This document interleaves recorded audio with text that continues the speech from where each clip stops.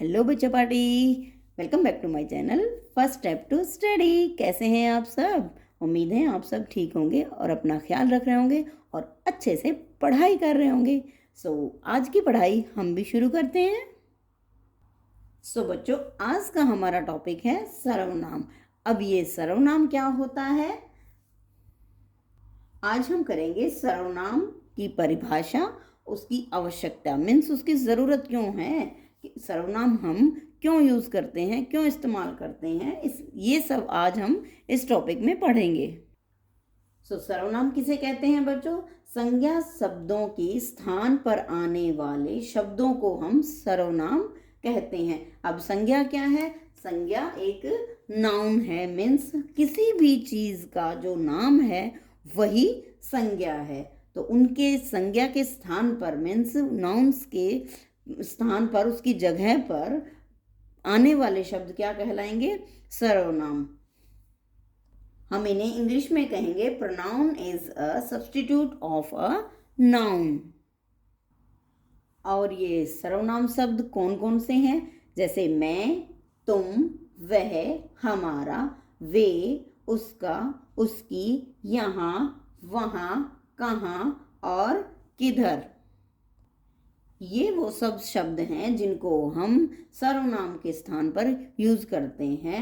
और इनसे क्या है कि जो हमारी जो संज्ञा है, जो हमने बात कही है, उस बात को हम सर्वनाम यानी कि हम सब इकट्ठे होते हैं तो उसको हम किस तरह से यूज़ करते हैं, अकेले होकर उसको कैसे यूज़ करते हैं, फ्रेंड्स के साथ जब होते हैं जब हम कैसे यूज़ करते हैं, और अपने से बड़ों के साथ जब हम बात करते हैं, उनसे वार्तालाप करते हैं तो किस तरह से हम उनको यूज़ करते हैं।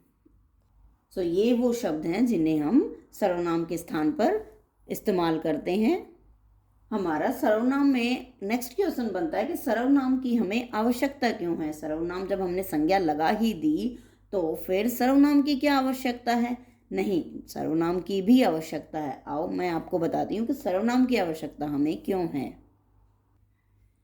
सर्वनाम की आवश्यकता हमें इसलिए होती है बच्चों, संज्ञा के जो बार बार प्रयोग से है, जो वाक्य जो है, सेंटेंस जो है हमारा, उसकी सुंदरता नष्ट होती है। मीन्स वो एक सेंटेंस जो है वो सुंदर नहीं लगता है। सर्वनाम के प्रयोग से हम इस दोष से बच जाते हैं। अब कैसे बच जाते हैं? अब एक एग्जांपल देखिए। देखो बच्चों, मोहन एक अच्छा लड़का है। मोहन दिल्ली में रहता है। मोहन के 2 भाई बहन हैं। मोहन होनहार लड़का है। मोहन हमेशा प्रथम आता है। मोहन सबका चहेता है। अब इस सेंटेंस में, इस वाक्य में आप देखिए, इस पूरा जो पैराग्राफ है इसमें बार बार एक ही नाम जो है वो रिपीट हो रहा है। कौन? मोहन। मोहन एक अच्छा लड़का है, मोहन दिल्ली में रहता है, क्या है? तो ये जो सेंटेंस है वो हमें सुंदर नहीं लग रहा है, क्योंकि बार बार एक ही नाम का रिपीटेशन जो है वो वाक्य को ना ही तो सुंदर दिखा रहा है और बोलने में भी इरिटेशन हो रही है। मीन्स बार बार क्या मोहन मोहन लगा रखा है, उसकी जगह हम क्या इस्तेमाल करेंगे? सर्वनाम। कौन सा? जैसे मोहन एक अच्छा लड़का है, कौन सा सर्वनाम? अब ध्यान रखना बच्चों कि कौन सा सर्वनाम हम इसमें इस्तेमाल करेंगे। मोहन एक अच्छा लड़का है, वह दिल्ली में रहता है। वह यानी वह, अब यहाँ वह दूसरा नहीं लगाएंगे क्योंकि उसका या उसके, ये भी क्या है? एक सर्वनाम है। यानी मोहन एक अच्छा लड़का है, वह दिल्ली में रहता है, उसके 2 भाई बहन हैं, वह होनहार लड़का है, वह हमेशा प्रथम आता है, वह सबका चहेता है। अब देखो, अब जब हमने ये सेंटेंस दूसरी बार सर्वनाम लगाकर पढ़ा तो आपको कुछ डिफरेंस नजर आया क्या?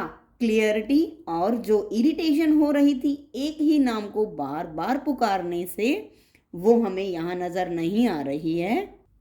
वाक्य की जो सुंदरता है वो यहाँ हमें स्पष्ट नजर आ रही है।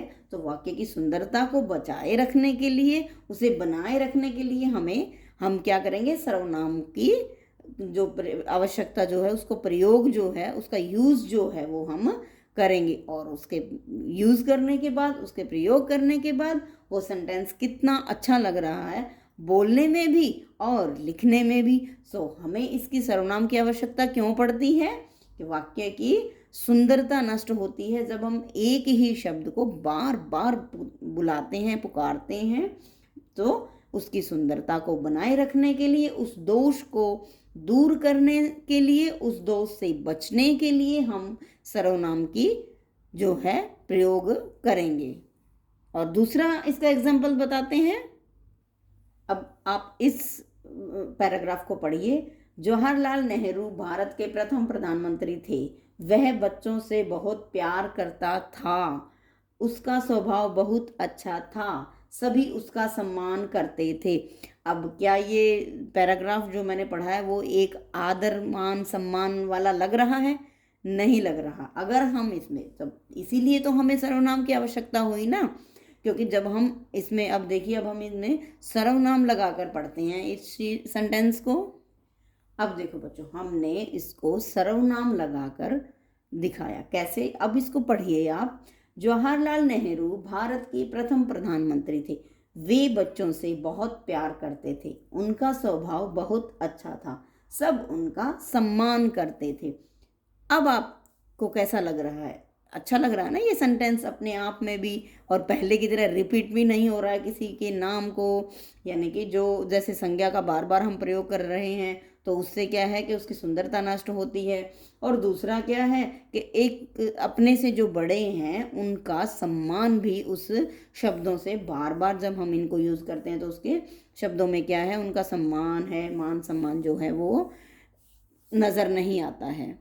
यानी सर्वनाम का प्रयोग करके हम आदर एवं अनादर के भाव की अभिव्यक्ति करते हैं, यानी कि उससे हमें आदर और अनादर का भाव प्रकट होता हुआ नजर आता है। उनसे हम सम्मान में अपने से बड़ों को इस तरह के शब्द यानी कि सर्वनाम शब्द यूज करके उनको हम सम्मान दे सकते हैं और अपना सेंटेंस जो है उसमें शब्दों में भारीपन भी ला सकते हैं। जैसे हमने पहले पढ़ा था वो ऐसा नहीं था। अब क्या है, इसको देखो, सब इसमें यानी कि एक एक सेंटेंस भी, एक एक शब्द भी जो हमने यूज़ किया है वो साफ भी है और आदर से भरा हुआ भी है। सो बच्चों, हमें सर्वनाम शब्द की आवश्यकता क्यों पड़ी? सर्वनाम शब्द की आवश्यकता पड़ी क्योंकि हमें शब्दों में शुद्धता चाहिए। ठीक है, जब तक हमारे शब्द शुद्ध नहीं होंगे तो हम अपने विचार एक सामने वाले को स्पष्ट रूप से नहीं कह सकते। और दूसरा क्या है कि हम अपनों से बड़ों का जो आदर सूचक शब्द है वो अगर हम यूज करेंगे तो उसकी शुद्धता जो है वो शब्द की और बढ़ जाती है। इन एग्जाम्पल से हमें पता लगता है कि हमें सर्वनाम की जरूरत क्यों होती है। और बच्चों, नेक्स्ट हम करेंगे सर्वनाम के भेद। सर्वनाम के कितने भेद होते हैं, मीन्स कितने टाइप्स होते हैं। सर्वनाम के कितने भेद होते हैं? 6, यानी 6। हमारे सर्वनाम के 6 प्रकार कौन कौन से हैं? पुरुषवाचक सर्वनाम, निश्चयवाचक सर्वनाम, अनिश्चयवाचक सर्वनाम, निजवाचक सर्वनाम, प्रश्नवाचक सर्वनाम और संबंधवाचक सर्वनाम। इनको हम इंग्लिश में बोलते हैं बच्चों। पुरुषवाचक को हम कहेंगे पर्सनल प्रोनाउन, निश्चयवाचक डेमोन्स्ट्रेटिव प्रोनाउन और अनिश्चयवाचक इंडेफिनिट प्रोनाउन और निजवाचक सर्वनाम रिफ्लेक्सिव प्रोनाउन और प्रश्नवाचक सर्वनाम इंटेरोगेटिव प्रोनाउन एंड संबंधवाचक इज रिलेटिव प्रोनाउन। सो बच्चों, इन सभी 6 की 6 सर्वनाम के जो प्रकार हैं इनको हम कल देखेंगे नेक्स्ट वीडियो में। पुरुषवाचक, निश्चयवाचक, अनिश्चयवाचक, इनको विद एग्जाम्पल्स और विद डेफिनेशन। सो बच्चों, आज की जो हमारी वीडियो जो सर्वनाम पार्ट 1 है उसमें हमने देखा कि सर्वनाम क्या होते हैं, सर्वनाम की परिभाषा क्या है और सर्वनाम की आवश्यकता क्यों पड़ती है, कि उनकी ज़रूरत क्यों होती है। और सर्वनाम के जो भेद हैं वो कितने होते हैं? 6 होते हैं। ये हमारा पार्ट 1 है बच्चों। पार्ट 2 हम करेंगे नेक्स्ट वीडियो में। ये इसके पुरुषवाचक, सर्वनाम, निश्चयवाचक, अनिश्चयवाचक, निजवाचक, इन सभी के उदाहरण भी देखेंगे और इनके परिभाषा भी जो है वो हम देखेंगे। आज का जो हमारा चैप्टर भाग 1 सर्वनाम जो है वो यही खत्म होता है। इसी की नेक्स्ट जो सर्वनाम के भेद हैं उनके उदाहरण और एग्जाम्पल हम नेक्स्ट वीडियो में देखेंगे। मिलते हैं नेक्स्ट वीडियो में। Till then bye bye.